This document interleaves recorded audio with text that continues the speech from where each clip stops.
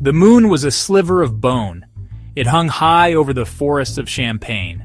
The year was 1280. A silence pressed down on the land. It was a heavy, watchful kind of quiet. Sir Calin rode alone. His destrier trod softly on a bed of damp leaves. Each step was a gentle crunch, a soft squish in the mud. The air was cool and smelled of wet earth and pine. Calin pulled his white mantle tighter around his shoulders. The red cross felt heavy tonight.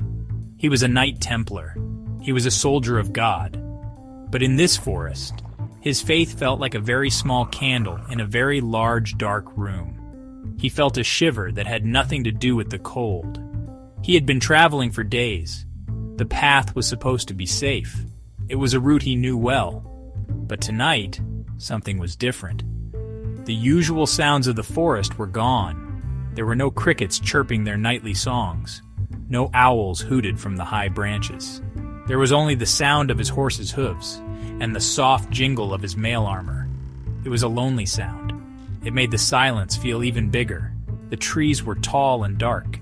Their branches looked like skeletal fingers reaching for the pale moon. Calin's hand rested on the hilt of his sword.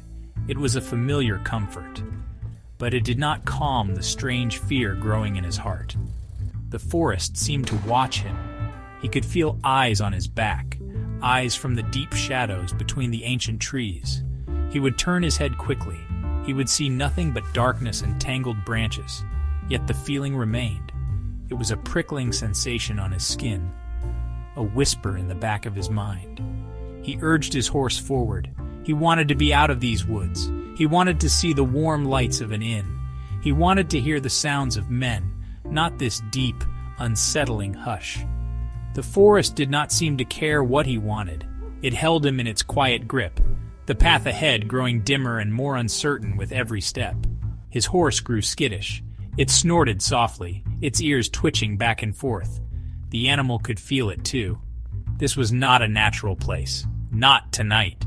Calin patted its neck, murmuring soft words of reassurance. But his own heart hammered against his ribs. The air grew colder still. A thin mist began to rise from the forest floor. It swirled around his horse's legs like ghostly snakes. The world was fading into shades of gray and black. The path was almost invisible now. He was lost. He was alone. And the forest was humming with a silence that was not empty at all. It was full of something waiting.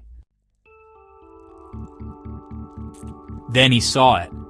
A soft light flickered deep within the woods. It was not the warm orange glow of a campfire. It was a cool, gentle blue, like a captured piece of the twilight sky. It pulsed softly. It sent long, faint beams through the swirling mist. The light seemed to beckon him. It promised an end to the darkness. It promised a guide. Calin was a cautious man. He knew the stories of fey lights that led travelers to their doom.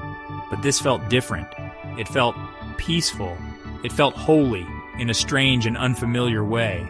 He dismounted his horse, tying the reins to a low-hanging branch. He took a step off the path. The forest floor was soft under his boots.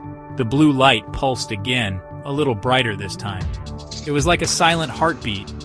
As he moved closer, he heard a new sound. It was a soft, chiming melody.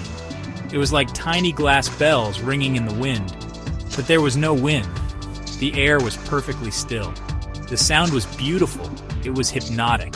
It pulled at him, drawing him deeper into the trees. Each step forward felt right. It felt like he was walking toward a forgotten memory, a place he was always meant to find. The fear in his heart began to change. It was turning into a feeling of awe. The light grew stronger. It illuminated the trees around him. It made the wet leaves on the ground glitter like jewels. The mist swirled in patterns around the light. It looked like a slow, graceful dance. The chiming grew louder. It filled his ears. It vibrated through his body. He felt his heavy armor become weightless. The worries of his journey, the weight of his vows, they all began to melt away. There was only the light and the beautiful, impossible music. He walked without thinking. He was a moth drawn to a strange blue flame. He had forgotten his fear. He had forgotten his mission. He only knew he had to reach the source of that light. He came to a small clearing. The trees opened up to a perfect circle of sky. The stars above were brilliant. They looked closer than he had ever seen them before.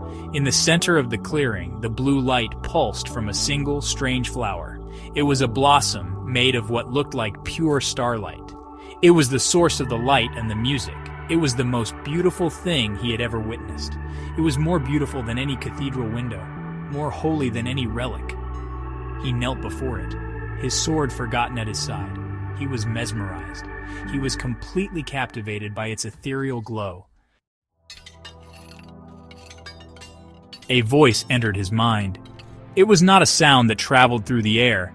It was a thought that blossomed directly in his consciousness. "You are weary, little knight." The voice was gentle.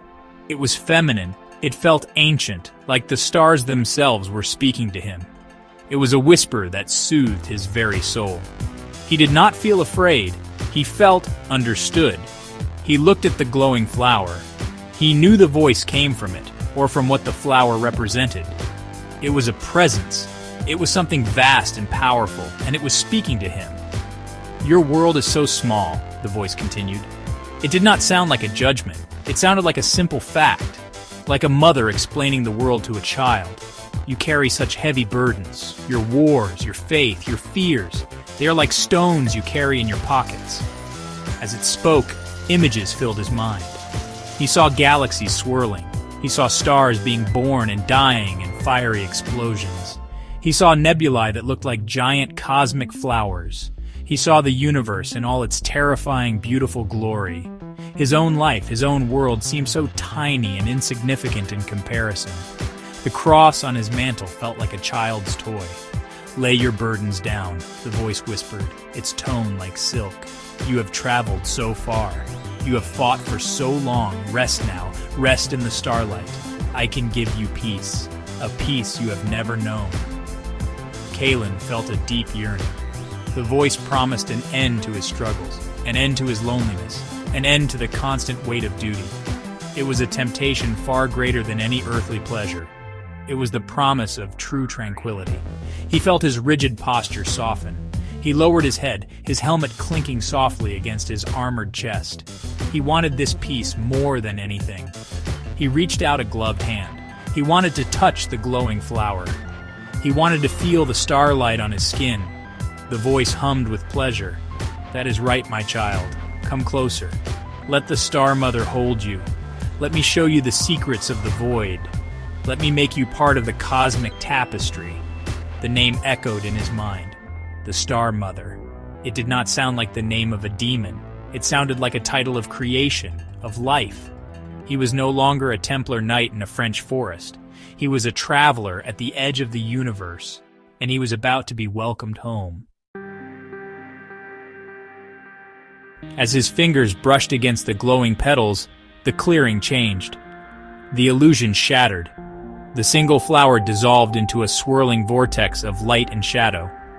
The gentle blue light became a blinding cosmic radiance. The trees around him melted away, replaced by an endless expanse of stars and blackness. He was floating in the void, and before him, the Star Mother revealed her true form. She was not a woman, she was not a flower. She was a being of impossible size and shape, a creature made of swirling nebulae and dying suns. Her eyes were black holes, and her voice was the rumble of colliding galaxies. She was beautiful and terrifying. Tentacles of pure starlight and shadow reached for him. They were not aggressive. They were gentle. They wrapped around his arms and legs. They coiled around his waist. He felt no pain, only a strange, cold pressure. He looked into her black hole eyes and saw eternity. He saw the birth and death of everything. His human mind could not understand it. It began to fray at the edges. The perfect peace he had been promised was the peace of oblivion. The rest was the stillness of non-existence. He was a fly caught in a cosmic web. The Star Mother pulled him closer. The whispers were gone. Now there was only the deafening roar of creation and destruction. His armor crumpled like paper. His sword dissolved into glittering dust. He opened his mouth to scream, but no sound came out. His prayer to God was just a lost thought. a tiny spark extinguished in an infinite darkness. The starlight tentacles enveloped him completely. He felt a moment of intense, blinding light. He felt his body, his mind, and his soul being unmade. He was being broken down into his component parts, stardust returning to stardust. It was a silent, final communion. Back in the forest, the clearing was empty. The mist had settled. The moon cast its pale light on the damp leaves. Kalen's horse was still tied to the branch, snorting nervously. Of the night, there was nothing left. No body, no armor, no sign of a struggle. There was only the deep, watchful silence of the woods. And for a moment, the stars in the sky seemed to pulse with a faint blue light before returning to their normal, distant shimmer. The forest was quiet again, but it was no longer an empty quiet. It was the quiet of a place that had just been fed.